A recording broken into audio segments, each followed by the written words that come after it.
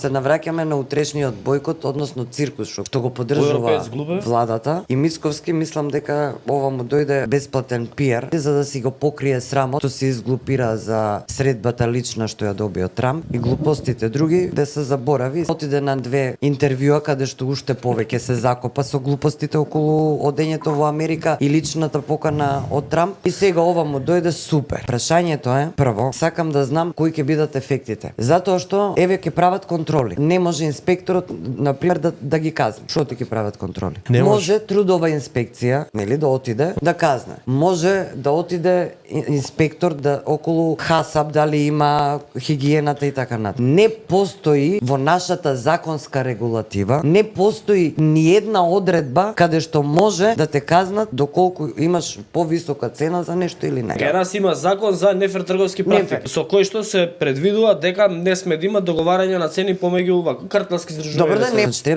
треба да се смени законот, сите одредби комплетно да се направи промена, па после да кажеме дека владата директно интервенирала. Ама ние од друга страна имаме слобода на пазарот. Таа слобода доведува до тоа да ти си избираш дали ќе пазариш негде каде што се пониски цените, дали ќе пазариш таму каде што се повисоки цените.